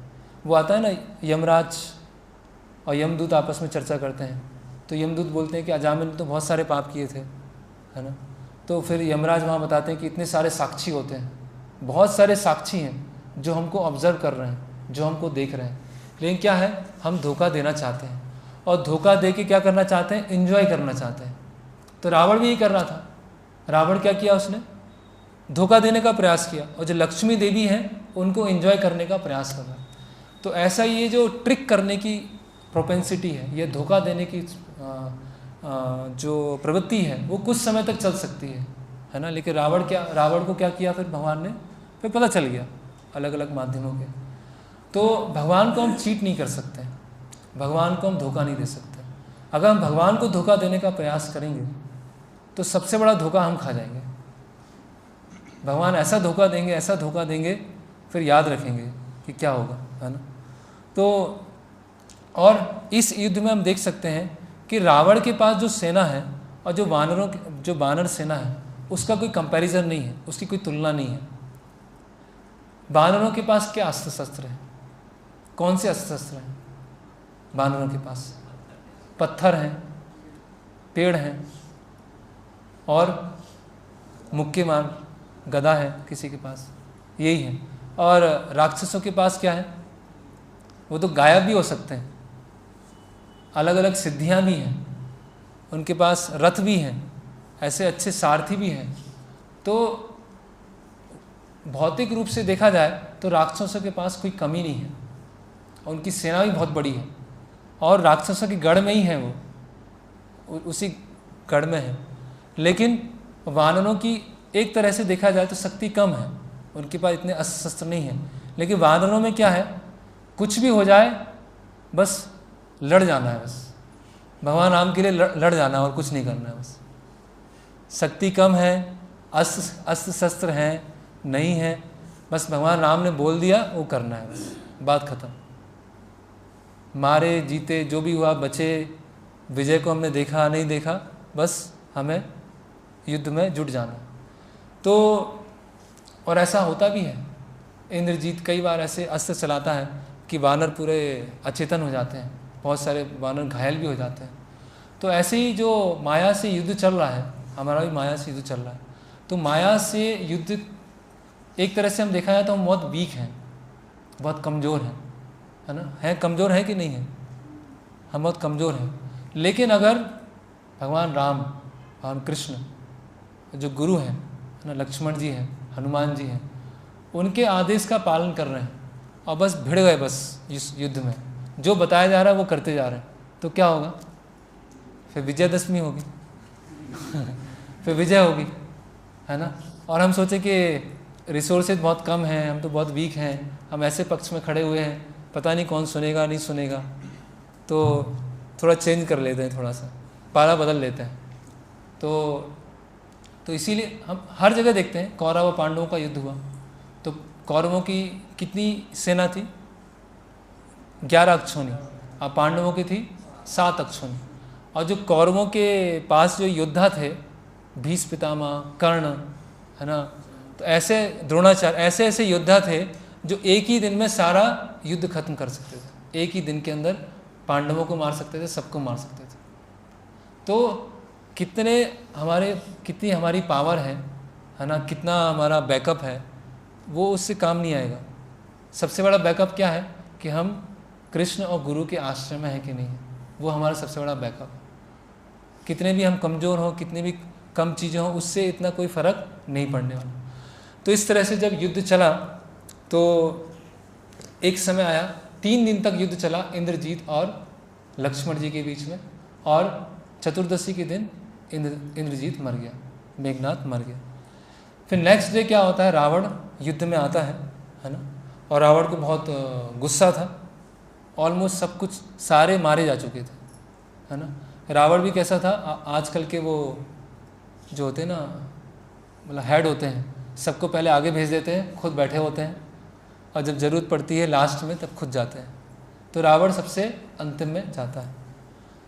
तो यहाँ पर अलग अलग अस्त्रों के बारे में बताया गया है। अभी रावण किस पे बैठ के युद्ध कर रहा है? रथ के ऊपर। और भगवान राम कहाँ खड़े हैं? जमीन के ऊपर। भगवान राम जमीन के ऊपर खड़े हैं और रावण अपने रथ पे खड़ा हुआ। और रथ कैसा है? किसी भी स्पीड में कहीं भी जा सकता है और कैसे भी गायब हो सकता है ना। तो रावण अपना तमसा अस्त्र चलाता है ना। और युद्ध में सबसे पहले क्या होता है कि लक्ष्मण जी सोचते हैं कि इसका पहले ध्यान बटाते हैं, इसको भगवान राम तक पहुंचने नहीं देते हैं। तो लक्ष्मण जी थोड़ा सा वार्म अप करते हैं, थोड़ा सा, है ना, कि थोड़ा सा इसको देखा जाए क्या इसमें कुछ है कि कहने के लिए है। तो थोड़ी देर युद्ध होता है और रावण जो होता है लक्ष्मण जी को पार करके आगे निकल जाता है। और जब रावण देखता है, जो लक्ष्मण को देखता है, भगवान राम को देखता है ना, तो उनको देखकर बहुत आश्चर्यचकित होता है। उनकी जो कुछ समय के लिए रावण भी उनकी सुंदरता से आकर्षित हो जाता है, उनकी जो वीरता है उनसे आकर्षित हो जाता है। लेकिन क्योंकि आसुरी बुद्धि है तो वो लंबे समय तक वो आकर्षण रह नहीं पाता, वो शत्रुता का भाव अधिक है। तो रावण क्या करता है, अपने 3 तीर चलाता है, भगवान राम के सिर पर मारता है। 3 तीर भगवान राम के सिर के ऊपर लगते हैं और भगवान राम रुद्रास्त्र चलाते हैं। और रुद्रास्त्र से क्या होता है, उसका जो कवच था, है ना, जिसमें बाण रखे जाते हैं, वो उसके जो अलग अलग सुरक्षा के लिए पहने हुए थे, वो सब कुछ टूट जाते हैं। भगवान राम रुद्रास्त्र से तोड़ देते हैं। इसके बाद रावण जो है असुरास्त्र चलाता है। और असुरास्त्र में क्या है, बहुत सारे शेर निकल रहे हैं, बहुत सारे चील निकल रहे हैं, बहुत सारे हाथी निकल रहे हैं, अलग अलग पशु निकल रहे हैं। अब भगवान राम क्या चलाते हैं, आग्नेय अस्त्र। उस आग्नेय अस्त्र से जो रावण ने ये जो आसुरी अस्त्र चलाया था उसको नष्ट कर देते हैं। तो इस समय जो वाल्मीकि मुनि वर्णन कर रहे हैं, बार बार भगवान राम को कैसे बुला रहे हैं, दासरथी, है ना। तो दशरथ महाराज के पुत्र, तो दशरथ नाम कैसे पड़ा, दशरथ, जो 10 दिशाओं में रथ को चला सकते हैं। इतने एक्सपर्ट योद्धा हैं कि 10 दिशाओं में इधर उधर ले जाके कैसे युद्ध करना है वो कर सकते हैं। इसीलिए भगवान राम को वहाँ दासरथी, कि ये जो दशरथ हैं महान योद्धा, उनके ये पुत्र हैं जो अभी ये युद्ध लड़ रहे हैं। इसके बाद मय दानव ने जो अस्त्र दिया था वो रावण उपयोग करता है और भगवान गंधर्व अस्त्र चलाते हैं। तो इस तरह से युद्ध चलता जाता है और लक्ष्मण जी आते हैं। लक्ष्मण जी रावण के जो फ्लैग होता है उसको निकाल देते हैं, उसके जो सारथी था उसको मार देते हैं, और उसका जो पहिया होता है रथ का पहिया उसको मार देते हैं। और विभीषण क्या करता है, उनके घोड़े होते हैं उनको मार देते हैं। जब किसी को पूरा बोलते हैं ना बुरी तरह से पूरा मार दिया तो क्या करते हैं, उसका रथ भी तोड़ देते हैं, उसका फ्लैग भी उड़ा देते हैं, उसके सारथी को भी मार देते हैं और उसके घोड़ों को भी मार देते हैं। अब कुछ बचा नहीं, है ना, कंप्लीट डिफीट, पूरी तरह से हार। तो अभी रावण इस समय क्या करता है, एक शक्ति अस्त्र चलाता है और शक्ति अस्त्र चला के क्या करता है, लक्ष्मण जी को घायल कर देता है। दूसरी बार ऐसा होता है, लक्ष्मण जी घायल हो जाते हैं। तो शॉर्ट में बता रहा हूँ। तो उस समय जैसे ही लक्ष्मण जी घायल होते हैं तो भगवान राम क्या हो जाते हैं, बहुत दुखी हो जाते हैं, बहुत परेशान हो जाते हैं और वो बोलते हैं कि ना ही में जीविते अर्थम सीताया च जन्नेवा, कि अगर लक्ष्मण जी नहीं हैं तो मेरे जीवन का क्या फ़ायदा, इस युद्ध का क्या फ़ायदा, है ना। इस तरह से भगवान राम वहाँ बोलते हैं। और फिर सुसेन नाम के एक वैद्य होते हैं जो सुग्रीव के क्या हैं, ससुर हैं। वो बोलते हैं कि हनुमान जी को अभी दोबारा क्या करना होगा, वो पहाड़ लाना होगा औषधियों का, और उससे क्या होगा, लक्ष्मण जी ठीक हो पाएंगे।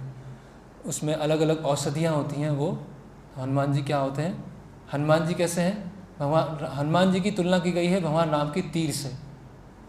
तीर कैसा होता है, तैयार है, बस तीर को निकाला और चला दिया, बस चलाया और वापस आके वहीं पर। ऐसे 10 तरह से तुलना की गई है, बाद में चर्चा करेंगे। तो हनुमान जी वहाँ खड़े हुए हैं, भगवान राम को बोलते हैं और वो लेके आते हैं और लक्ष्मण जी फिर से चेतन अवस्था में आ जाते हैं। अभी इंद्र आते हैं वहाँ पर। इंद्र बोलते हैं कि आप मेरा रथ ले लो, क्योंकि बराबर की लड़ाई नहीं चल रही है, वो रथ पर हैं, आप ज़मीन में हो, है ना। और आप मेरा जो एक्सपर्ट सारथी है, इसका नाम है मातली, उस मातली को भी अपने साथ में रखो, मातली आपको ऐसे गाइड करेगा। तो इस माया से जो हम अकेले युद्ध नहीं लड़ सकते हैं, हमें बहुत सारे भक्तों की आवश्यकता है। अगर हम अकेले युद्ध लड़ने जाएंगे तो क्या हो जाएगा, कभी कभी हम सोचते हैं कि अकेले ही कर लेंगे और क्या है, सब तो पता ही है, लेकिन अकेले क्या है। हालांकि भगवान राम अकेले ही कर सकते हैं, लेकिन आप बताए जा रहे हैं अभी इंद्र आए, अपना चैरियट दे के गए, मातली जो है वो भगवान राम को स्मरण दिला रहा है, अभी आपको ये कीजिए, अभी आप ये कीजिए। और अगस्त मुनि भी आएंगे वहाँ पर युद्ध क्षेत्र में। तो अगस्त मुनि जो है वो एक गुरु को प्रतिनिधित्व कर रहे हैं, इंद्र जो है और मातली हैं वो वैष्णवों को प्रतिनिधित्व कर रहे हैं। तो जब हमारे साथ में वैष्णव हैं और गुरु हैं, तब ये माया से युद्ध हो पाएगा। अगर वैष्णव और गुरु साथ में नहीं है तो माया से युद्ध हम नहीं कर पाएंगे, लड़ाई हो जाएगी। इसके बाद फिर से युद्ध चालू होता है और भगवान राम जो होते हैं पूरे एकदम गुस्से में आ जाते हैं, और ऐसा गुस्सा आता है कि 7 समुद्र थे उसमें ज्वाला एकदम गर्म हो जाता है, बॉयल हो जाता है ना पानी, उस तरह से समुद्र में उफान आने लगता है। वहाँ के जितने भी जलचर थे वो सब क्या हो जाते हैं, एकदम घबरा जाते हैं कि हो क्या रहा है। सारे जो माउंटेन थे, जो पर्वत थे, वो हिलने लगते हैं, जितनी वो चलायमान थी वो सब रुक जाती हैं, और जो अचल चीज़ थी वो चलने लगती हैं थर थर थर, कि अभी क्या हो गया। भगवान राम का इतना क्रोध है ना। तो और जो रावण है भगवान राम पे बहुत सारे वो चलाता है, बाण चलाता है, और भगवान राम की शरीर से ब्लड निकलना चालू हो जाता है। और यहाँ पे वाल्मीकि मुनि बता रहे हैं, आपने पलाश का पौधा देखा है, पलाश का पुष्प होता है, कैसा होता है, लाल होता है ना, लाल। तो वाल्मीकि मुनि बता रहे हैं कि भगवान राम का शरीर कैसा दिख रहा है, जैसे पलाश का पेड़ है, हर जगह ऐसे रक्त ऐसा लगा हुआ, बहुत सुंदर लग रहा है। तो भगवान राम की उस वीर क्रोधमय सुंदर जो उनका शरीर है उसको देखने के लिए देवतागण भी वहाँ पर आ जाते हैं, वो भी देख रहे हैं। और रावण भी कुछ समय अचंभित हो जाता है, रावण भी ऐसे सोचने लगता है जब उनका इतना सुंदरता दिखता है। अभी भगवान का शरीर आध्यात्मिक है और ब्लड कैसे निकल रहा है वो अलग विषय है। भगवान के लिए हर चीज़ आध्यात्मिक, अगर ब्लड है वो भी आध्यात्मिक है। फिर अभी जब युद्ध चल रहा है, बहुत समय बीत जाता है ना। और भगवान राम क्या करते हैं, रावण का, अभी रावण अपने पूरे 10 मुख में आ जाता है ना, 10 ग्रीव, एक मुंडी को गिराते हैं, दोबारा आ जाती है, फिर दूसरे को गिराते हैं, फिर दूसरे आ जाते हैं, फिर तीसरे को गिराते हैं, फिर आ जाता है। ऐसे करते करते 101 उसकी मुंडियाँ बदल जाती हैं, 101 सिर बढ़ जाते हैं। तो रावण क्या है, लस्ट है ना। तो लस्ट को जितना खत्म करने का प्रयास करते वो फिर से आ जाती। आपने लस्ट को हटाया, फिर आ गए, फिर आपने हटाया, फिर आ गया। तो वहाँ पर अगस्त मुनि आते हैं, और अगस्त मुनि बोलते हैं कि आप आदित्य हृदय मंत्र का उच्चारण कीजिए, और मैं आपको ये ब्रह्मास्त्र देता हूँ, है ना। ब्रह्मास्त्र का भी वो स्मरण दिलाते हैं, एक्चुअली ब्रह्मास्त्र तो पहले दे चुके होते हैं। तो आप आदित्य हृदय का मंत्र का उच्चारण कीजिए और ब्रह्मास्त्र का आवाहन कीजिए, है ना। तो इस तरह से जो गुरु हैं और वैष्णव हैं वो हमको स्मरण दिलाते हैं, माया से युद्ध लड़ने में हमारी सहायता करते हैं।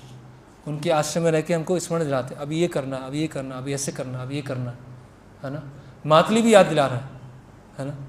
और स्वयं अगस्त मुनि वहाँ पर आ जाते हैं। फिर भगवान राम अपने बाण ब्रह्मास्त्र को निकालते हैं, आदित्य हृदय मंत्र का उच्चारण करते हैं, और जो अपना बाण जो धनुष है उसको खींचते हैं, और खींचते जाते हैं, और सब ऐसा लगता है कि समय रुक गया, और रावण के हृदय में जोर से वो बाण लगता है।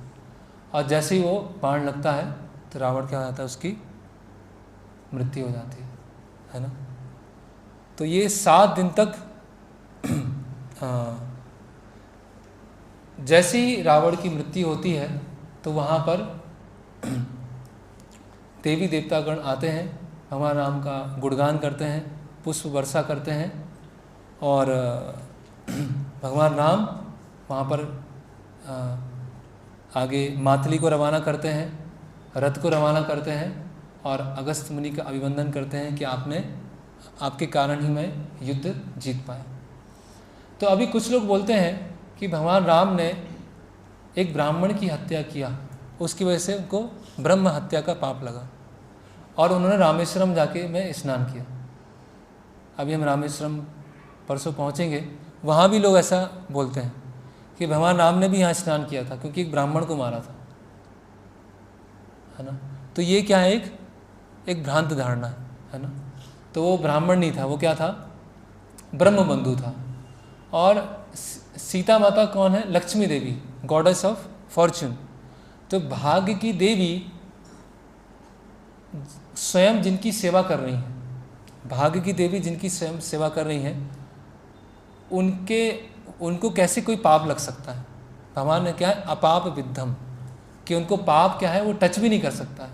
तो ऐसा कहना कि ब्रह्म हत्या का पाप लगा इसलिए भगवान ने पश्चाताप किया, ऐसा नहीं है, है ना।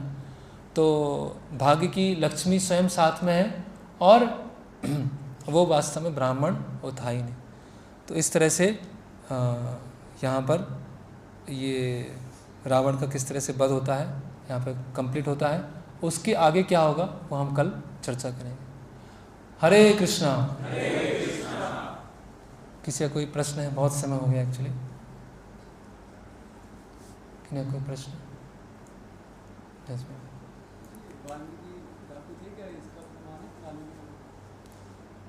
वाल्मीकि रामायण में तो नहीं है, लेकिन मैंने महाराज के लेक्चर में सुना था ये कि वाल्मीकि मुनि रत्नाकार थे और बाद में चेंज हुए।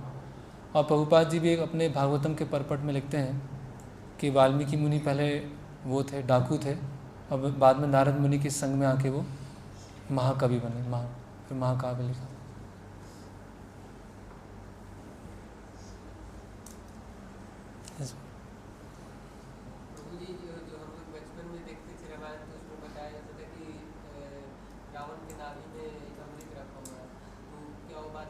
हाँ, ऐसा नहीं है कुछ। वाल्मीकि रामायण में ये नहीं है कि रावण की नाभि में अमृत था।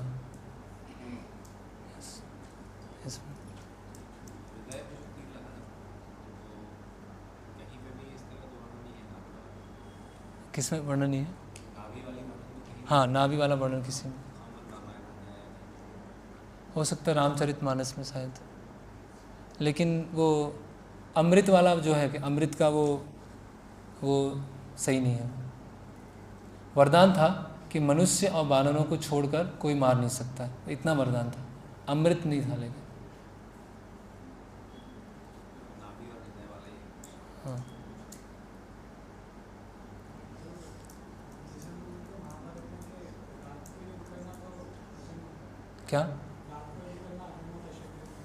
क्या युद्ध करना?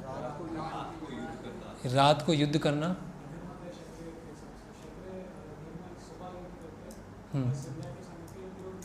हाँ, नहीं, महाभारत युद्ध में भी ऐसा हुआ कि दिन में ही युद्ध हो रहा था, लेकिन साथ 13वें या 14वें दिन ऐसा हुआ कि रात में भी युद्ध होना चालू हो गया। घटोत्कच का जब वध हुआ था। हाँ, अधर्म हुआ, लेकिन सामने वाला अधर्म कर रहा है तो उसको रोकना है। जैसे कि उदाहरण के लिए कि एक चोर है, वो चोरी करके निकला और सिग्नल तोड़ के जा रहा है 100 की स्पीड में, और पुलिस भी सिग्नल तोड़ के 120 की स्पीड में जा रही है। वो 100 चल रहा है, वो 120 चल रहा है, दोनों ने सिग्नल तोड़ दिए। तो पुलिस को भी कुछ मिलेगा, मतलब उसको भी सज़ा मिलेगी? नहीं मिलेगी ना। तो इसीलिए अपरेंटली ऊपर से लग सकता है कि वो तो दिन में ही युद्ध करना चाहते हैं, लेकिन सामने वाला ही तुला पड़ा है, तो इसलिए वो रात में भी युद्ध चल रहा है। यहाँ तो ऐसा बता रहे हैं भगवान राम रावण के युद्ध में कि एक मिनट, एक सेकंड भी ऐसा नहीं हुआ कि युद्ध बंद हुआ। 7 दिन और 7 रात।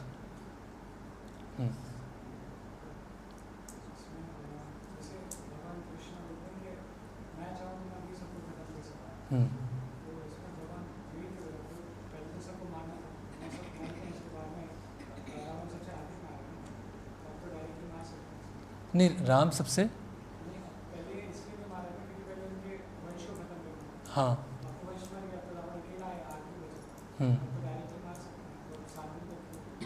हाँ 7 दिन तक। वो भी हो सकता है कि भगवान ने 1 दिन के बाद क्यों मारा, 10 दिन के बाद क्यों मारा। जैसे चूहे बिल्ली का खेल होता है, तो बिल्ली क्या होती है, चूहे को कुछ समय के लिए छोड़ देती है, ऐसे खेलो, इधर उधर भागते रहो पहले, वो भी अपना मज़े लेती रहती है, फिर क्या करती है, चूहे को पकड़ के ख़त्म कर देती है। बस ऐसे ही है।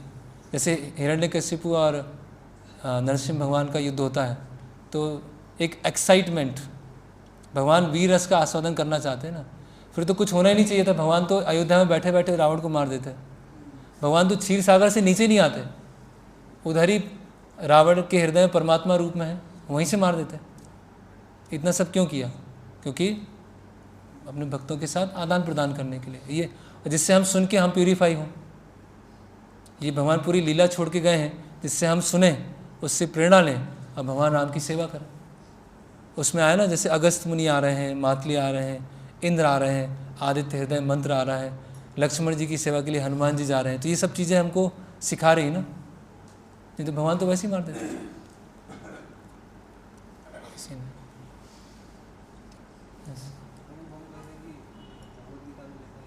तो जोर से बोलिए। हाँ हाँ,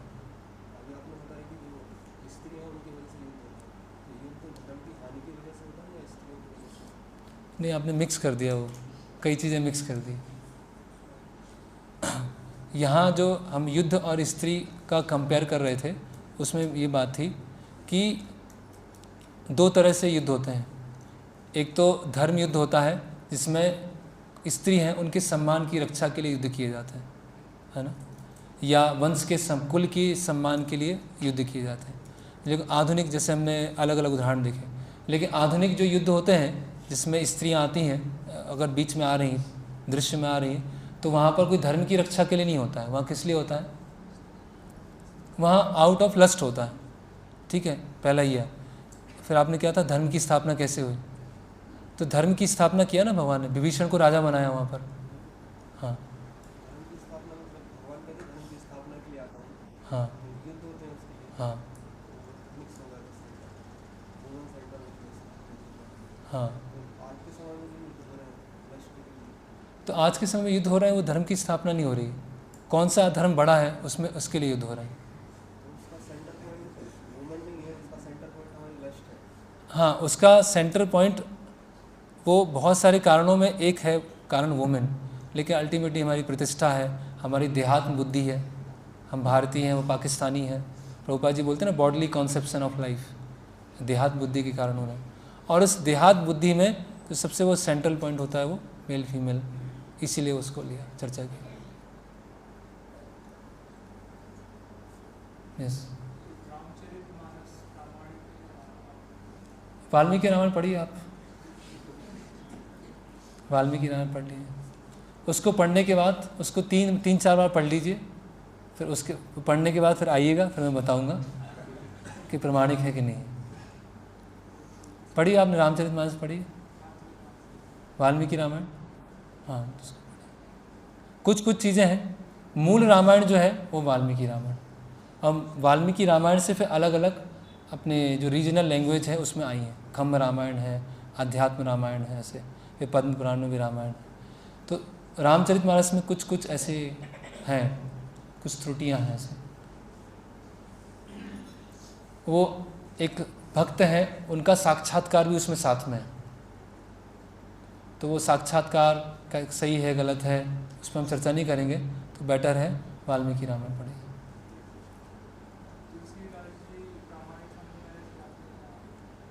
वो रामानंदी संप्रदाय से है। रामानंदी संप्रदाय में मायावाद का मिश्रण है।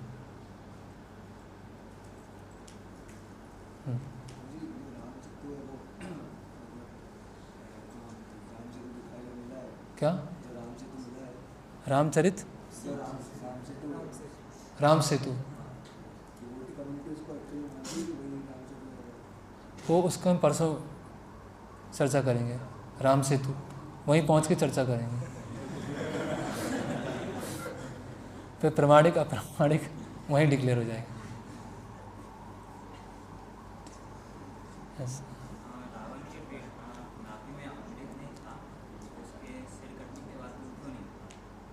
सिर कटने के बाद क्यों नहीं मरा? अच्छा क्वेश्चन है। वाल्मीकि रामायण में ऐसा कुछ अमृत के बारे में तो नहीं आया है। अभी सिर कटने के बाद क्यों उसका बार बार सिर दोबारा, मैं एक बार देख के बता सकता हूँ। और मिल गया होगा तो पढ़ लो, आप पता चल जाएगा।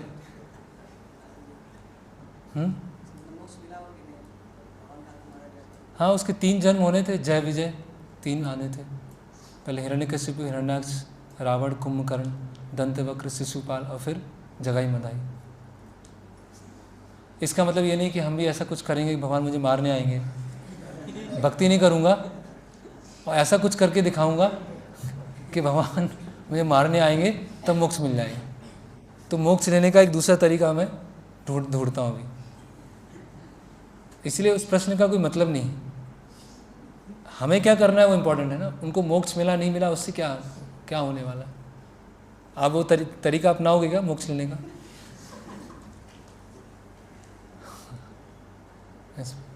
हमने बोला वो क्वेश्चन का मतलब नहीं है, मतलब तो क्या पूछना नहीं चाहिए कि हमें समझना चाहिए कि कैसे क्वेश्चन का मतलब। हाँ, मतलब इस तरह से नहीं है कि अगर हम उससे कुछ सीखना चाहते हैं, अगर वो हमारा इंटेंशन केवल एक मजाक का है तो वो फिर उसका एक दूसरा उत्तर होगा। अगर हम रियली जानना चाहते हैं कि रावण के साथ बाद में क्या हुआ, वो कहाँ पे गया, उसकी क्या गति हुई, तो फिर उसका उत्तर, अगर हम सीखने के हमारा इंटेंशन सीखना है किसी चीज़ को तो हम प्रश्न पूछ सकते हैं। और केवल जस्ट एक जोकिंग के लिए इन्फॉर्मेशन लेना है तो फिर वो जो हम प्रश्न पूछते हैं उस प्रश्न का फिर आधार नहीं बचता, उसका कोई मतलब नहीं निकलता। इस तरह से अंतर नहीं। जैसे कोई पूछ सकता है कि भगवान गाय ही क्यों पालते हैं, जानना चाहता हूँ रियली, और कोई बस ऐसे ही जस्ट मजाक के लिए, तो दोनों में एक डिफरेंस इसीलिए।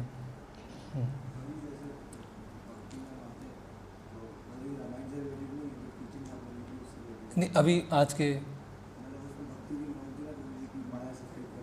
माया से फाइट करनी। हाँ हाँ, बोलिए।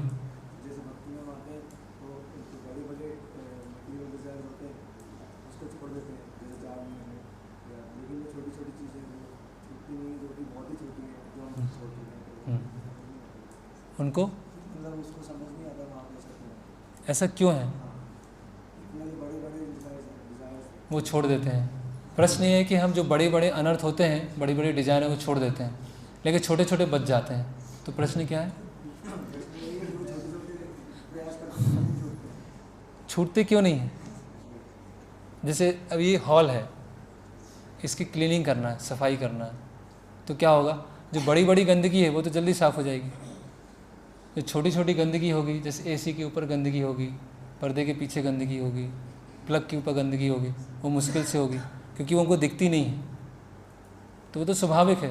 तो छोटे छोटे अनर्थ हैं, जैसे द्वेष है, पूजा लाभ प्रतिष्ठा है, सुपीरियरिटी है, ये सब छोटे छोटे अनर्थ हैं, ग्रॉस नहीं है, तो वो नहीं छूटते। इसीलिए फिर हमें गुरु की आवश्यकता है, भक्तों की आवश्यकता है। वो ऐसी परिस्थिति बनाएंगे हमारे जीवन में कि वो हमको छोड़ना ही पड़ेगा। अगर नहीं छोड़ेंगे तो आगे नहीं बढ़ पाएंगे। तो इसीलिए नहीं छूटते हैं क्योंकि हम उसको बना के रखना चाहते हैं। तो पहले तो हमको देखना है, हम नहीं देख पा रहे हैं तो कोई हमको इंगित करेगा और फिर उससे हमें निकलना है। वो गुंडीचा मार्जिन वाला आप पढ़ सकते हैं, उसने बताया कि छोटे छोटे अनर्थ होते हैं, वो उसके लिए बहुत प्रयास करना पड़ता है।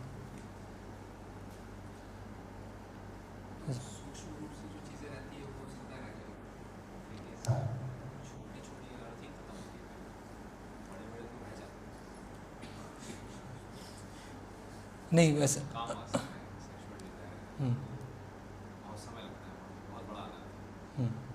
तो प्रभु बोल रहे हैं कि जो छोटी छोटी चीज़ छूट चली जाती है लेकिन बड़ी बड़ी चीज़ रह जाती है। लेकिन उनको कहने का अर्थ क्या है कि एक तरह से हम 4 नियम पालन करना चालू करें, सत्वगुण लाएं, तो थोड़ा हमारा जीवन मतलब पाप से मुक्त हो गया। तो पाप से मुक्त हो गया मतलब ग्रॉस चीज़ें चली गई, बड़ी बड़ी चीज़ें चली गई। 4 नियम पालन करने से क्या होगा, बड़ा बड़ा चीज़ चला गया।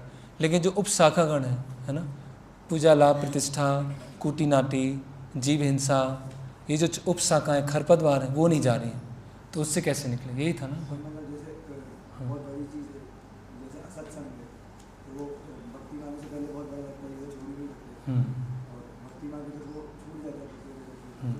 और लेकिन सत्संग में रह के जो क्लैश होता है, मतलब मान लीजिए किसी की पुरानी आदत है, बहुत छोटी आदत है, दिखने में कहीं ज़्यादा बात करने की, वो रोक नहीं पाता अपने आप को, तो बुक्स लेके जाए बाहर और बोले जितना बोलना है जितना बोलना है बोलते रहे। मैंने एग्जाम्पल दे रहा हूँ। हाँ तो ऐसे वो छोड़ना चाहते हैं तो वो छूट नहीं रहा, ये प्रश्न इस पर ओके। हरे कृष्णा। भगवान श्री रामचंद्र की जय, श्री सीताराम लक्ष्मण हनुमान की, वाल्मीकि रामायण की, निताय गौर प्रेमानंदे।